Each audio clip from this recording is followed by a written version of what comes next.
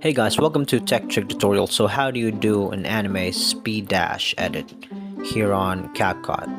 Well, it's really simple, so bear with me. As of the moment, you couldn't find any free stock photo or free stock video that we could use. So I'm just using our video instead, channel's video. Because you don't really need an actual dashing person to actually do this, because here's what you need to do. Click speed. There you go. You could just crop the part where you want to be sped up with, add speed, and there you have it. See the video lengthens and shortens as I adjust the speed here. So it's just basically speed. Once you adjust the speed, you control the dash.